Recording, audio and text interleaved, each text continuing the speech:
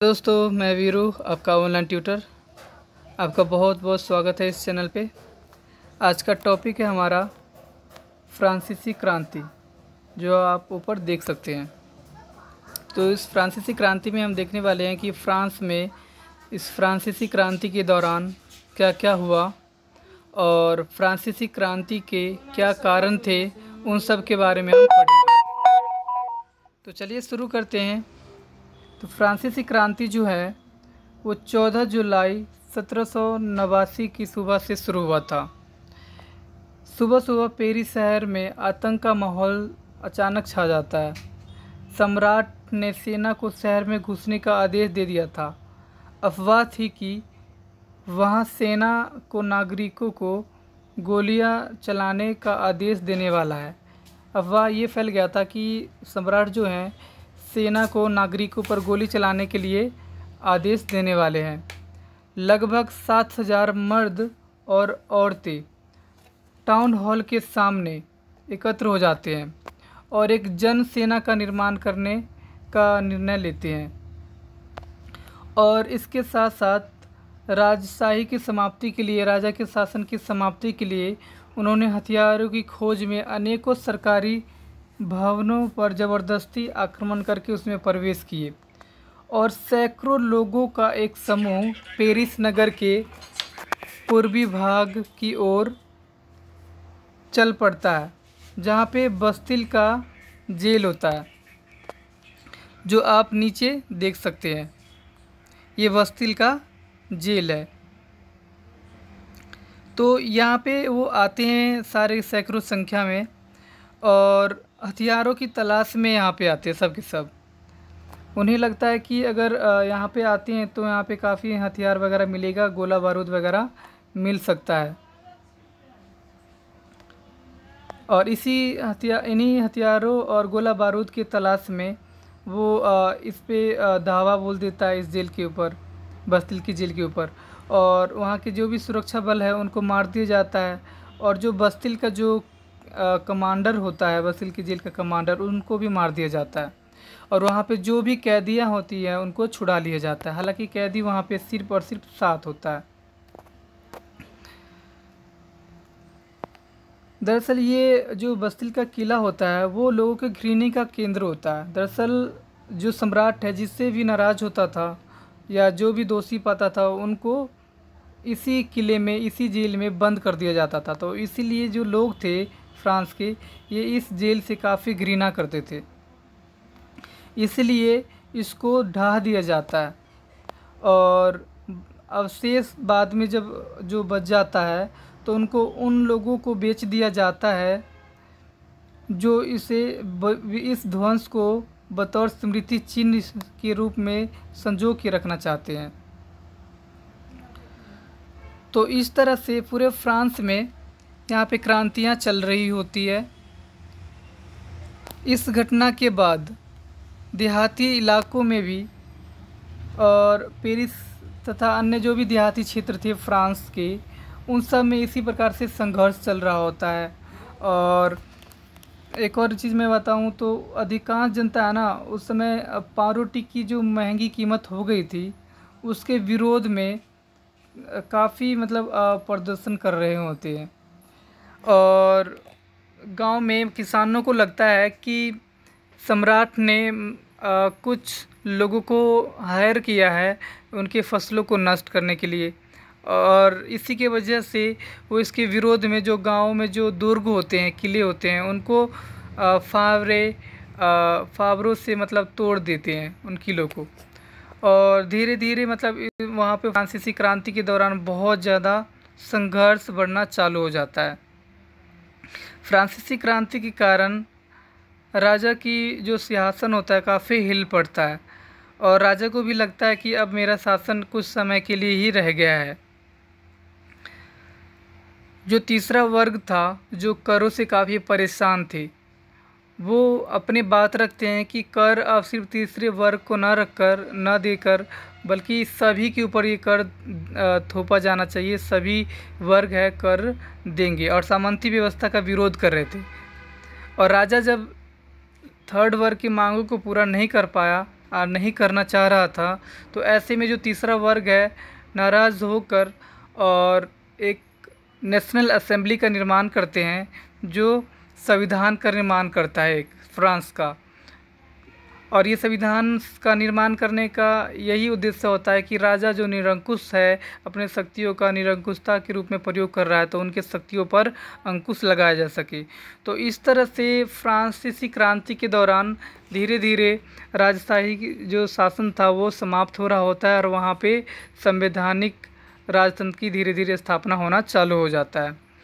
राजा को ये सब पसंद नहीं आता है, तो वो क्या करते हैं कि वो पड़ोस के जो राज्य हैं, जैसे ऑस्ट्रिया हो गया और पर्सा हो गया, इन सब से संपर्क कर रहे होते हैं छुप छुप के, क्योंकि वहाँ के जो राजा थे वो भी डर रहे होते कि अगर फ्रांस में ऐसा हो सकता है, राजशाही भंग करने के लिए, गिराने के लिए वहाँ पे लोग आंदोलन कर सकते, क्रांति कर सकते हैं, तो हमारे देश में भी हो सकता है। तो इसलिए जो फ्रांस के पड़ोसी राज्य थे वो फ्रांस के राजा लुई 16 को साथ देना चाह रहे थे और फ्रांसीसी क्रांति को दबाने के लिए सेना भेजने वाले होते हैं। तो इससे पहले सेना भेजते उससे पहले फ्रांस की जो पार्लियामेंट था, संसद था, वो आक्रमण के लिए घोषणा कर देता है कि हाँ, हमें पर्सा और ऑस्ट्रिया के ऊपर आक्रमण कर देना चाहिए। तो इस तरह से फ्रांसीसी क्रांति के दौरान ऐसे अनेकों घटनाएं हुए हैं जो फ्रांसीसी क्रांति को एक विश्व में बहुत बड़ी जगह दी है। और फ्रांसीसी क्रांति की वजह से ही विश्व में एकता, समानता, भाईचारा, बंधुत्व का मतलब विचार फैला है। तो फ्रांसीसी क्रांति के कारण थे और क्या थे कारण, उसके बारे में अब हम पढ़ेंगे। तो फ्रांसीसी क्रांति के कारण अगर हम पढ़े तो सबसे पहले हम समझ लेते हैं। तो सबसे पहले पढ़ते हैं हम फ्रांसीसी क्रांति के आर्थिक कारण। आर्थिक कारण क्या था? तो फ्रांसीसी क्रांति के आर्थिक कारण की अगर बात करें तो फ्रांस काफ़ी लंबे समय से किसी न किसी युद्ध में लगा रहता था, जिसकी वजह से वहाँ की जनसंख्या को काफ़ी हानि हुआ और उनके धन संपत्ति को भी काफ़ी नुकसान पहुँचा। इसके अलावा जो फ्रांस के जो भी शासक थे, जैसे लुई 14, लुई 15 और तत्कालीन समय के लुई 16, ये सब अपने शान शौकत और विलासिता के जीवन पर अधिक खर्च करते थे। लुई 16 के बारे में पहले एक बार देख लेते हैं। लुई 16 1774 में राजगद्दी फ्रांस का जो होता है उस पे आसीन होते हैं, मतलब पद संभालते हैं, और ये बुर्बो राजवंश के उत्तराधिकारी होते हैं। 20 साल की उम्र में इनका शादी हो जाता है, और ये शादी किससे होता है तो ऑस्ट्रिया की जो राजकुमारी होती है मेरी एंतोनेट, उनसे इनकी शादी हो जाता है। और राज्य की जो शासन है, राजगद्दी उनको संभालते हैं, तो उनको ये पाते हैं कि राज्य की जो राजकोष है वो खाली होते हैं, और लंबे समय तक युद्ध के कारण फ्रांस की वैसी स्थिति खराब था, वित्तीय स्थिति, और ऊपर से वे वर्साय के विशाल महल और राज दरबार की शान शौकत को बनाए रखने के लिए फिजूल खर्चे करते रहते थे। और लुई 16 और उनकी जो पत्नी होती है वो भी काफ़ी अपने ऊपर खर्च करती है, खाने पीने पे या फिर मतलब विलासिता के जीवन पे ज़्यादा बल देते हैं। लुई 16 के शासनकाल में एक और घटना होता है। ये घटना होता है कि फ्रांस का जो सबसे बड़ा दुश्मन जो होता है वो ब्रिटेन होता है, जो आप देख सकते हैं यहाँ पे। तो फ्रांस का जो सबसे बड़ा दुश्मन ब्रिटेन होता है, तो ब्रिटेन के बारे में देखते हैं क्या होता है। तो ब्रिटेन है वो अमेरिका के 13 जो राज्य थे उसके ऊपर ब्रिटेन का शासन चल रहा होता है, वो गुलाम होता है भारत की ही तरह। तो फ्रांस क्या करता है कि ब्रिटेन को नीचा दिखाने के लिए, फ्रांस ने ब्रिटेन को नीचा दिखाने के लिए ब्रिटेन के जो 13 जो उपनिवेश था अमेरिका में, गुलाम जो राज्य थे, उनको आज़ाद करवा देता है। अब 13 देश अमेरिका के आज़ाद तो हो जाते हैं फ्रांस की वजह से, लेकिन इससे फ्रांस को कोई इससे फ़ायदा नहीं हो पाता है, कोई बेनिफिट नहीं मिल पाता है, बल्कि फ्रांस के ऊपर 10 अरब लिवरे, मतलब फ्रांस का उस समय मुद्रा का नाम लिवरे था, तो फ्रांस के ऊपर से ना 10 अरब लिवरे का कर्ज और बढ़ जाता है, और उनके ऊपर 2 अरब लिवरे का पहले से ही कर्ज था। तो ऐसे में उनके ऊपर 12 अरब लिवरे का कर्ज बढ़ जाता है। अब उनको हर साल ब्याज ही इतना ज़्यादा देना पड़ जा रहा था कि उनको शासन चलाने में काफ़ी परेशानी आ रहा था। तो उन्होंने सोचा, उनके सामने सवाल उठ खड़ा हुआ कि आखिरकार जो फ्रांस की जो शासन व्यवस्था है, फ्रांस का जो राज दरबार का रखरखाव है, सरकारी कार्यालय है, विश्वविद्यालय या फिर न्यायालय है, तो उनको कैसे चलाया जाए। और राजकोष भी खाली है, तो इसके लिए तो पैसा चाहिए, मुद्रा चाहिए। तो उन्होंने सोचा कि क्यों ना टैक्स को बढ़ा दिया जाए। टैक्स बढ़ाने के बाद जब उठता है तो हम इसके बारे में समझेंगे कि टैक्स जब बढ़ाते हैं तो क्या क्या होता है।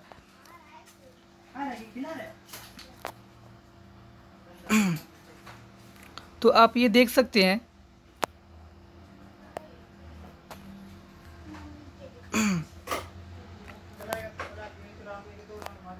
ये फ्रांस में जो पहला वर्ग था वो पादरी वर्ग था, दूसरा कुलीन वर्ग जो अभिजात वर्ग भी कह सकते हैं, और तीसरा वर्ग की अगर बात करें तो तीसरे वर्ग में ये बहुत सारे वर्ग आ जाते थे, जैसे बड़े व्यापारी हो गए, अदालती कर्मचारी हो गए, वकील आदि, किसान, कारीगर, छोटे किसान, भूमिहीन, मजदूर, नौकर, ये सब तीसरे वर्ग में आते थे।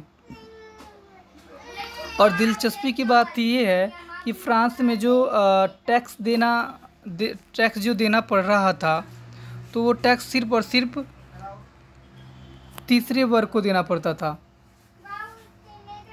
और पहले और दूसरे वर्ग को नहीं देना पड़ता था टैक्स। तो इससे क्या होता था कि फ्रांस के जो तीसरे वर्ग के जो लोग थे, वैसे उनकी स्थिति आर्थिक रूप से काफ़ी ख़राब था, और ऐसे में जब राजा टैक्स बढ़ाने की सोच रहे थे तो इससे तीसरे वर्ग की स्थिति और ज़्यादा ही ख़राब हो जाता। तो इसलिए उनकी स्थिति ख़राब था पहले से भी। अब टैक्स बढ़ाने की भी एक प्रथा चली आ रही थी कि टैक्स ऐसे नहीं बढ़ सकता। टैक्स बढ़ाने के लिए क्या करना पड़ता था कि तीनों वर्ग को से एक एक प्रतिनिधि आते थे, और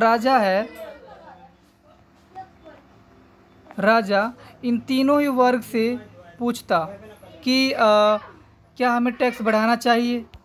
अगर तीनों वर्ग में से तीनों वर्ग से जो 3 प्रतिनिधि आते थे, अगर तीनों प्रतिनिधियों में से अगर 2 ने भी अगर हाँ कह देता कि हाँ टैक्स बढ़ाया जाना चाहिए, तो टैक्स बढ़ जाता। और ऐसे में जाहिर सी बात है, पहला और दूसरा जो वर्ग है उनको टैक्स तो देना ही नहीं पड़ता था, तो ऐसे में वो जाहिर सी बात है वो हाँ ही कहेंगे। और ऐसा ही हुआ जब तीनों वर्गों के प्रतिनिधियों को बुलाया गया एक सभा में कि क्या हमें टैक्स बढ़ाना चाहिए कि नहीं बढ़ाना चाहिए, इसके लिए एक बैठक बुलाया गया। तो पहले वर्ग से 300 सदस्य आए, दूसरे वर्ग से 300 सदस्य आए, लेकिन जो तीसरा वर्ग था, तीसरे वर्ग से 600 सदस्य आए। ठीक है।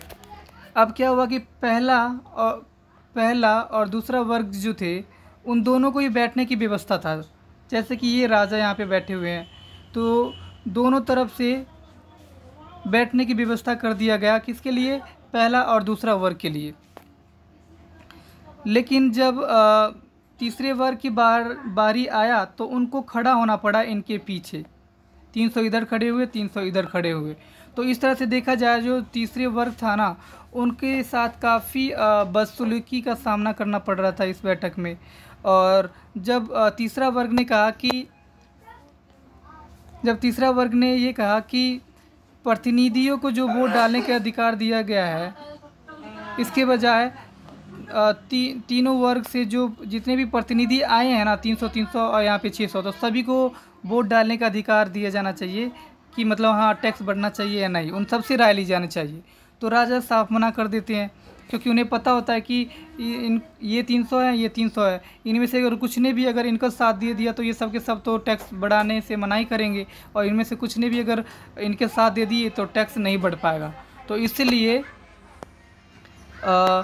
इसलिए किंग ने तीसरे वर्ग के जो प्रतिनिधि था, जो उन्होंने सुझाव दिया था कि हमें 300 जो 600 प्रतिनिधि है और यहाँ पे 300 इन सब प्रतिनिधियों से पूछना चाहिए।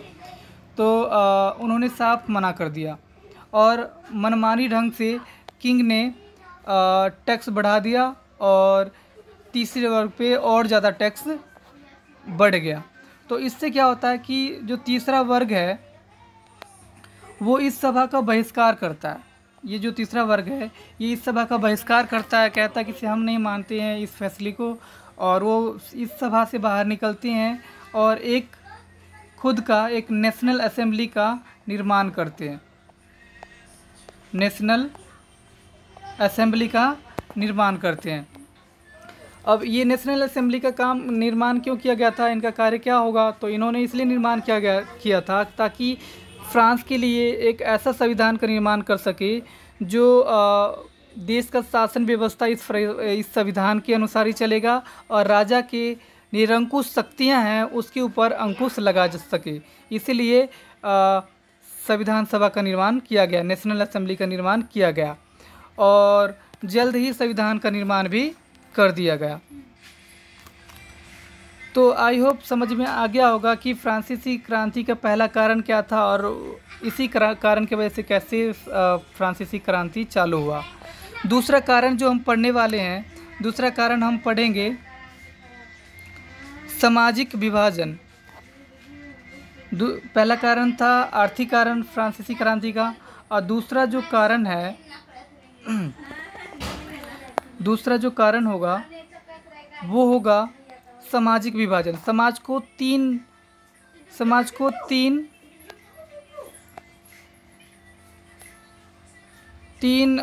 वर्गों में बांटा गया था, प्रथम वर्ग, द्वितीय वर्ग और तृतीय वर्ग। ठीक है, 3 वर्ग थे। अब तीनों वर्गों की अगर बात करें तो तीनों वर्गों में से जो सबसे गंदा स्थिति था ना वो था तीसरे वर्ग का, क्योंकि सिर्फ और सिर्फ इनको टैक्स देना पड़ रहा था और इनके पास किसी भी प्रकार का अधिकार नहीं था। इन दोनों वर्गों के पास विशेष कई प्रकार के अधिकार थे, लेकिन तीसरे वर्गों के पास कोई भी अधिकार नहीं था। उनकी स्थिति दयनीय था, उनके जीवन स्तर काफ़ी ख़राब था। तो इससे काफ़ी समय से जो तीसरा वर्ग के जो लोग थे वो काफ़ी परेशान थे। और जब धीरे धीरे तीसरे वर्ग से कुछ व्यापारी, जो बड़े व्यापारी थे, अदालती कर्मचारी थे, वकील थे, ये सब काफ़ी अध्यापक, ये सब ना पढ़े लिखे व्यक्ति थे, तो इन्होंने इस बात की अहमियत समझे कि मानव सभी समान है और ऐसे में सभी के साथ समानता का बर्ताव करना, समान अधिकार देना बहुत ज़रूरी है, और ऐसे में हमारे साथ ऐसा नहीं हो रहा है तो ये गलत है। और इस तरह से जो मध्य वर्ग थे उनके मन में धीरे धीरे ये शासन से, राजशाही से वो निरुष्ट होते हैं, मतलब उससे ना मतलब काफ़ी परेशान हो जाते हैं धीरे धीरे, और धीरे धीरे देश के सभी लोग हैं राजशाही शासन से परेशान होना चालू हो जाते हैं। तो इस तरह से सामाजिक परिस्थिति आप देख सकते हैं जो फ्रांसीसी क्रांति का सबसे महत्वपूर्ण कारण बनता है। फिर उसके बाद चौथा अगर कारण करें, चौथा कारण अगर बताएं हम, तो चौथा जो कारण आता है वो धार्मिक कारण आता है। कौन सी? धार्मिक, सॉरी तीसरा, जो तीसरा कारण है फ्रांसीसी क्रांति का, देखो पहला तो आर्थिक, दूसरा सामाजिक कारण और तीसरा धार्मिक कारण। धार्मिक कारण में क्या है कि फ्रांस के लोगों को धार्मिक स्वतंत्रता नहीं था, ठीक है। और दूसरा चीज़, जो पादरी थे वो काफ़ी विलासिता का जीवन प्राप्त कर रहे थे, मतलब वो विलासिता का जीवन जी रहे थे, और पादरी वर्ग के लोगों को कुछ विशेष अधिकार जन्मना प्राप्त था। इनमें से सबसे महत्वपूर्ण विशेष अधिकार था राज्य को दिए जाने वाले करों से छूट, मतलब उनको कर देना ही नहीं पड़ता था, और वो काफ़ी अमीर थे, वो भी एक तरह से सामंत थे, मतलब अभिजात वर्गों में काउंट होते थे, क्योंकि उनके पास पैसा बहुत ज़्यादा था। किसान, और वो किसानों से सामंती कर वसूलते थे ये पादरी वर्ग, किसान अपने स्वामी की सेवा, स्वामी के घर एवं खेतों में काम करना और सैन्य सेवाएं देना, सड़कों के निर्माण में सहयोग आदि करने के लिए मजबूर थे। चर्च भी किसानों से करों का एक हिस्सा टाइद, जिसे हम धार्मिक कर कहते हैं, इसे ये पादरी वसूल करते थे। ऊपर से तीसरे जो वर्ग के तमाम लोगों को सरकार को तो कर चुकाना ही पड़ता था, जैसे कि मैंने पहले ही बताया था आपको। इन करों में टाइल प्रत्यक्ष कर था और अन्य कई प्रकार के अप्रत्यक्ष कर शामिल थे। तो वो तीसरा वर्ग कर देते देते काफ़ी परेशान थे। और जो धार्मिक अगर बात करें तो धार्मिक स्थिति काफ़ी ख़राब था। उनको अपने मर्जी से कोई धर्म चुन नहीं सकते थे। अपने देवी देवताओं को जिसे पसंद करते हैं उनको वो उपासना नहीं कर सकते थे। तो इससे लोग काफ़ी ज़्यादा परेशान थे। चौथा कारण है राजनीतिक कारण, जो आप ऊपर देख सकते हैं। ये चौथा कारण है। और राजनीतिक कारण में अगर हम बात करें तो इससे पहले लुई 14, फिर लुई 15 और लुई 16 के बारे में हम पढ़ने वाले हैं। तो चलिए शुरू करते हैं हम। सबसे पहले हम देख लेते हैं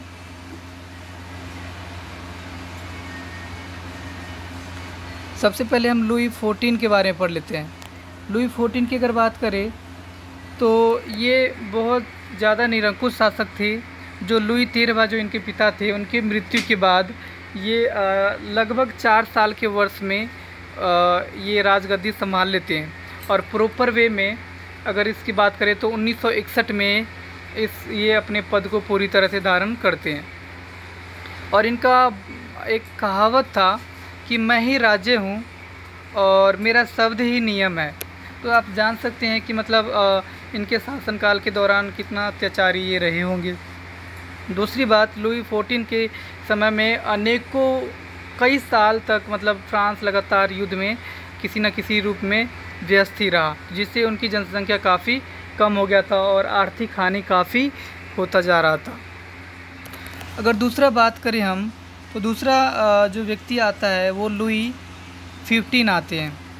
तो लुई 15 की अगर बात करें हम तो लुई 15 लगभग 5 साल की आयु में अपना पद संभालते हैं, लगभग 1616 में। और उसके बाद क्या होता है कि ये काफ़ी अनपढ़ राजा होते हैं, जिन्हें मतलब देश के प्रशासन में कोई रुचि नहीं होता और वो मतलब मदिरा और जुआ वगैरह में बिजी रहते हैं, व्यस्त रहते हैं। उनको कोई लेना देना नहीं होता है देश के शासन प्रशासन से। बस वो अपने जीवन को काफ़ी विलासिता के जीवन जीना बहुत पसंद करते हैं और जुए वगैरह में बिजी रहते हैं ऐसे ही। तो लोग काफ़ी परेशान होते हैं लुई 15 के जीवन काल से। और वहीं पे लुई 16 की बात करें तो लुई 16 नेचर वाइज तो काफ़ी अच्छा होता है, लेकिन क्या होता है कि ये जो लुई इनसे पहले से जो शासन करते आ रहे हैं राजा, इसकी वजह से इनका छवि भी ख़राब रहता है। और ये अपनी जो पत्नी थी, आपको पता है ऑस्ट्रियन राजकुमारी से इनका शादी होता है, तो उनसे काफ़ी प्रभावित होते हैं और वो अपनी बीवी की बातों को मानते हैं। जब भी कोई उनकी जो पत्नी है वो जो भी राज्य में करने के लिए बोलते हैं और वो ऐसा ही करते हैं, तो हमेशा राज्य के ऊपर कोई ना कोई विपदा ही आता रहा है। ठीक है, तो इस तरह से लुई 16 एक प्रभावशाली शासक नहीं था और खुद के दम पे प्रशासन चलाने वाला शासक नहीं था। ये एक तरह से मतलब अपनी बीवी के बातों पे चलता था और इसकी वजह से प्रशासन पर काफ़ी ज़्यादा बुरा प्रभाव पड़ता था। और एक चीज़ मैं बताऊं कि जो उनकी बीवी थी मेरी एंटोनियट, तो वो भी एक ढोंगी बाबा के जो बातें हैं उनके अनुसार ही चलते थे। और ढोंगी बाबा को कुछ आता ही नहीं था, वो कुछ भी बोल देता था और रानी अपने राजा से, अपने पति से बोलता था करने के लिए, और राजा जब करते थे वैसे तो राज्य पर हमेशा बुरा प्रभाव ही पड़ता था। तो आई होप समझ में आ गया होगा कि फ्रांसीसी क्रांति क्या है और फ्रांसीसी क्रांति के कारण क्या रहे थे। Thank you so much. अगर वीडियो अच्छा लगे तो यार प्लीज़ लाइक शेयर कमेंट और सब्सक्राइब कीजिएगा, और साथ ही साथ सब नया वीडियो को देखने के लिए हमारे ज़रूर बेल आइकन को दबा लीजिए। धन्यवाद।